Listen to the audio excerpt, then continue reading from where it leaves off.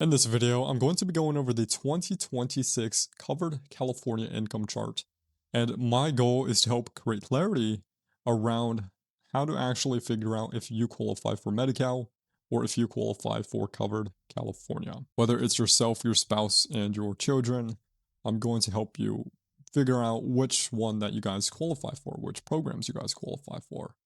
I'm Sebastian. I talk to people about their health insurance every day. And my job is I help people determine, which programs they're eligible for and help them make the right choice. So the income chart we're going to be looking at is going to be used for the 2026 open enrollment, which lasts from November 1st through January 31st of 2026. And there are a lot of numbers on the screen, but my job again is to help create clarity around how to determine which programs you guys qualify for. And there are a few different factors that have been added onto this chart, which were not here in 2025 or before that. The California state subsidy, that is new. There is the income cliff, that is new. And then also monthly DHCS income, which I'm going to be explaining in this video. Okay, so let me actually pretend like I myself am applying for Medi-Cal or Covered California. I'm trying to see which one I qualify for. And I have, in this example, I have a spouse and a child that needs coverage. Well, looking at this income chart, the first thing we're going to want to look at is the household size, right? So find your household size on this chart. In this example, it's going to be a household size of 3, me, my spouse, and my child. Okay, so once we've found our household, then we're going to want to look at the bottom. Medi-Cal for adults. Okay, so this is the income range that we can make and qualify for Medi-Cal. Anywhere from 0 to 138% of the federal poverty level. Then we can see, if you have a spouse or if you yourself are pregnant, then you can look at the bottom and see that you can actually make more money and still qualify for Medi-Cal. Right? Even Medi-Cal Access Program for pregnant individuals, you can make a lot more money and still qualify for Medi-Cal. Then look at the bottom, Medi-Cal for kids, 0 to 18 years old. You can make up to 266% of the federal poverty level, and your children or your child can qualify for Medi-Cal. And then in C-chip counties like San Francisco, San Mateo, and Santa Clara counties, you can actually make quite a bit more money and still have your children on Medi-Cal. Okay, so now that I've looked at that, let's actually find where my income lies. So let's just say, as an example, my spouse and I are going to project 30,000 for 2026, right? 30,000, that would land within, 0 to 138% of the federal poverty level, which means that we would actually qualify for Medi-Cal, right? Because we are within this income range and our child would qualify for Medi-Cal too. Okay, but what if we're making more money? What if we're projecting 50,000? Well, 50,000 would be between 165 to 200% of the federal poverty level, which means that we no longer qualify for Medi-Cal, right? We don't qualify for it anymore. And we would qualify for Covered California, right? My spouse and I would qualify for Covered California. But because 50,000 does not yet exceed the threshold for our child to qualify for Covered California, since the threshold is 266% of the federal poverty level, then we would have our child on Medi-Cal and my spouse and I would qualify for Covered California. Now, there is something new on this chart that wasn't here before, but the DHCS monthly income. This is the Department of Healthcare Services monthly income. And the reason why they now list the monthly income is because Medi-Cal bases your eligibility on your monthly income, right? They do not look at your annual income.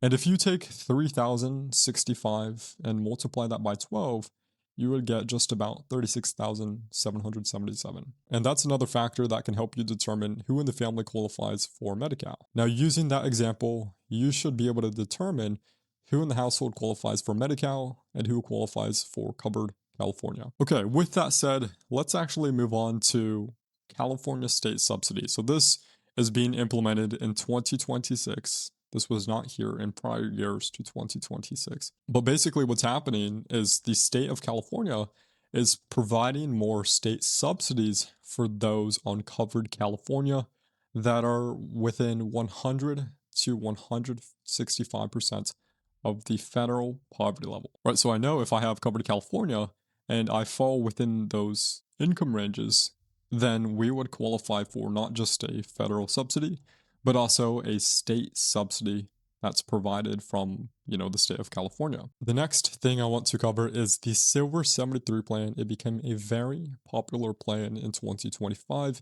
because it's basically this gold level plan that you could get at the price of a silver plan. And in 2025, it became anybody that was making over 200% of the federal poverty level.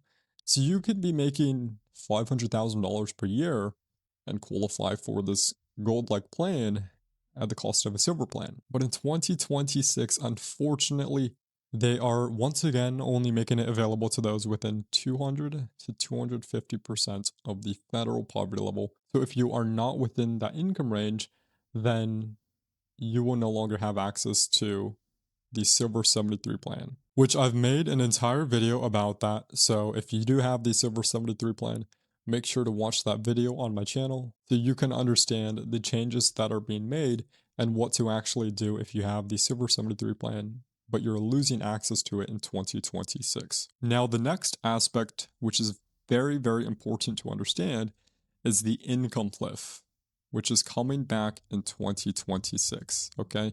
The income cliff, it was a part of Covered California before 2021. From 2021 through 2025, the income cliff was removed, but it's coming back in 2026, and it's so crucial to know about the income cliff. Otherwise, you take on the risk of repaying back the entire subsidy that you received for 2026. Okay, so 400% federal poverty level. This is the income cliff.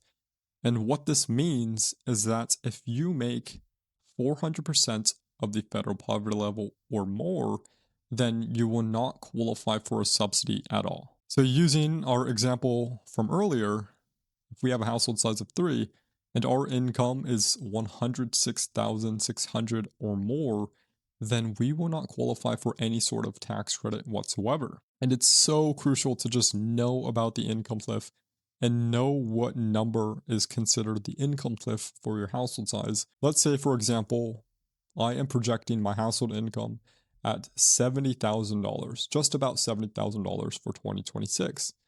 But let's say that I get a big bonus at the end of the year, or maybe I'm self-employed and I land a big contract, which I'm not expecting, but it actually happens in 2026, and I make 110,000, right?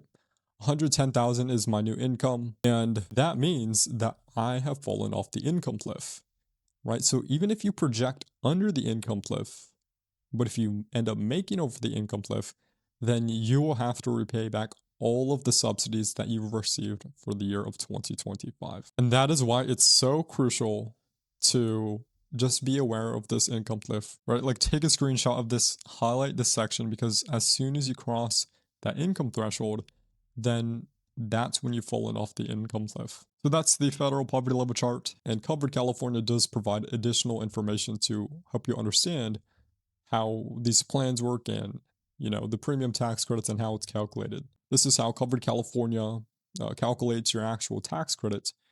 And looking at this chart here, we have people that are under 138% of the federal poverty level to 150%. They are going to pay 0% of their household income towards the second lowest cost silver plan. And as you can see, as you make more money, you will be contributing more of your household income towards the health insurance premium. And that's on a very basic level how the premium tax credit is calculated. And at the bottom, we have a couple more descriptions which can help us understand the federal poverty level chart. The main thing here is the California state subsidy. That's 100 to 165% of the federal poverty level. And at the right side, we can actually see the exact federal poverty level percentages, which would make you eligible for Medi-Cal, right? Whether it's yourself, your spouse, your children, maybe you have a spouse or yourself, you're pregnant, and you can actually see what income range you can make and still qualify for Medi-Cal. So that wraps it up. If you have any questions, you can leave them in the comments. And if you would like one-on-one help trying to understand if you qualify for Medi-Cal or Covered California, it's the first link in the description. Book your free call. I'd be happy to help.